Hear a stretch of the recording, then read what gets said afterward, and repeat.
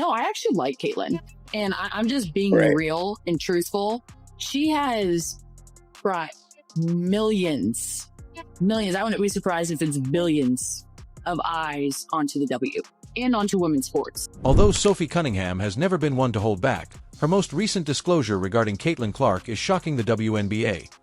You also need to keep in mind that if it weren't for the WNBA by now, she might be playing. Put an end to the rumors that you're leaving or going abroad. Sophie just provided an unvarnished explanation that goes beyond any report on injuries. What she revealed highlights the unrelenting pressure, unrealistic expectations, and harsh realities that the league's top player must deal with. This is about survival, not excitement. Take a seat as we explore Sophie's startling revelation and its implications. The voice that won't shut up in a world where honesty has a cost and silence is frequently rewarded.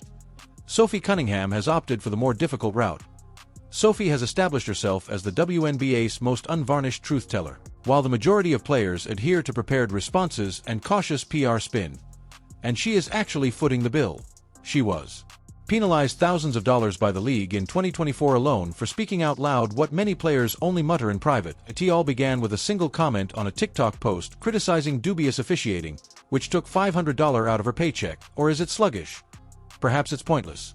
She then lost an additional $1,500 due to a podcast piece that revealed contradictory calls.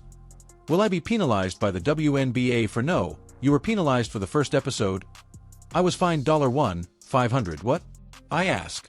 This is only the beginning, I think. Like, you're not serious. Furthermore, the punishment amount was not even revealed when she dared to accuse the league of open favoritism and the hopes that the message was clear. Shut up and play. They simply smacked her with another fine and went on. Sophie, however, won't participate in that game. The reason she poses such a threat to the current quo is because she never stops talking. Consider it. The annual salary range for WNBA players is approximately $64,000 to $242,000. A $1,500 punishment is comparable to losing 2 weeks' rent or a portion of their off-season salary for many athletes. Almost anyone would be silenced by such a monetary penalty. Nevertheless, Sophie continues to persevere, endure setbacks, and inform supporters of the true state of affairs within the league. She is no longer just another athlete expressing annoyance following a difficult game because of this. She has emerged as the league's unofficial whistleblower, a player prepared to face penalties, criticism, and possible career setbacks in order to expose the truth. And the reason her voice is so significant is because of her reputation. Fans are aware that Sophie's words are not merely conjecture or a desperate attempt to gain attention. This is a first-hand account from a person who works in the grind. Her choice to continue speaking up despite the consequences lays the groundwork for everything that comes after. This is the reason her remarks regarding Caitlin Clark are so significant. Sophie isn't making up a story, she's bringing to light unsettling facts that the league would prefer to remain hidden. It is impossible to ignore her voice because of this. So, was Sophie accusing the league of impeding Clark's progress or alluding to unspoken pressure? Avoid blinking. Everything is altered by the response. The revelation regarding Caitlin Clark. The WNBA's central query has been the same for weeks. When will Caitlin Clark return? In an effort to get a specific timeline, reporters have questioned coaches, teammates, and league officials. Every day, fans skim through updates in search of clarification. However, they have been given ambiguous statements rather than precise replies. We'll see next week, day by day. There is currently no update. Only conjecture has been stoked by the silence. Then, on her podcast, Sophie Cunningham destroyed it. She said one line that instantly altered the topic without any drama or build-up. If it weren't for the WNBA, she may be playing. You also need to keep in mind that if it weren't for the WNBA by now, she might be playing. The impact of their statements was like a thunderclap. They weren't coming from an outsider speculating from the sidelines or a fan on social media. They originated from a member of the league who is familiar with the harsh realities of what it takes to compete at this level. Sophie's revelation was more than unexpected to Caitlin Clark's millions of followers. It was concerning. Consider what Sophie said. This goes beyond Caitlin's need for additional time to heal from an accident. It has to do with the setting she is attempting to return to. Sophie was really clear. It's not a sign of weakness or lack of toughness because Caitlin is absent. It has to do with the WNBA's harsh standards. Caitlin was outstanding at Iowa.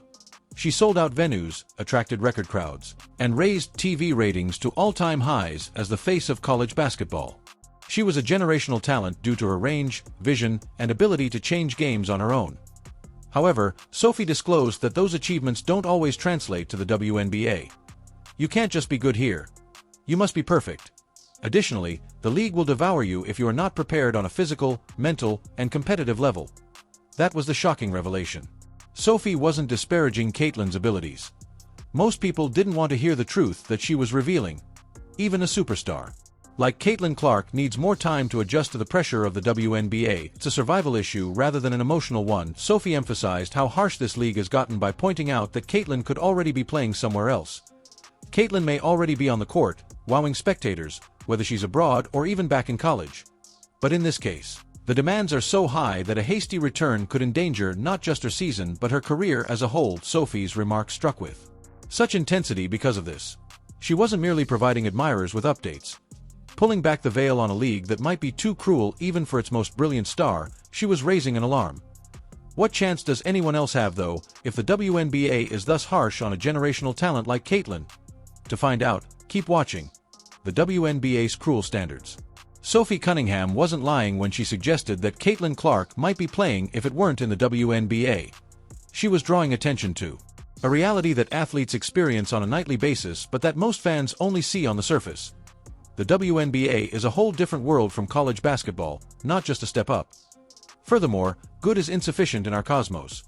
Caitlin Clark was unbeatable at Iowa. She was unstoppable against college defenses because of her skill, range, and vision. However, the defenders in the WNBA are more aggressively physical, faster, and stronger.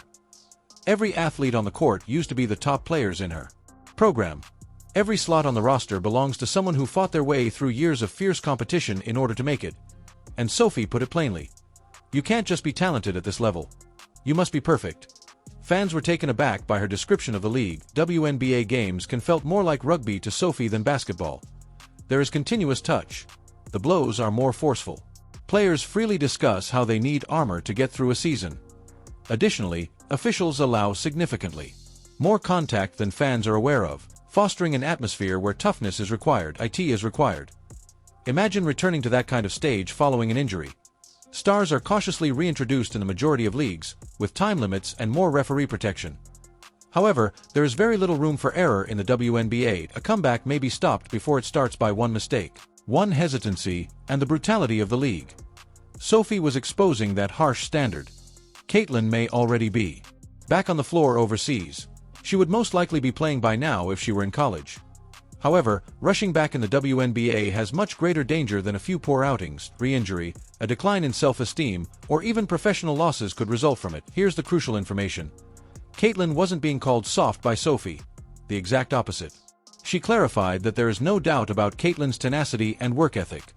She was drawing attention to the extreme nature of the WNBA.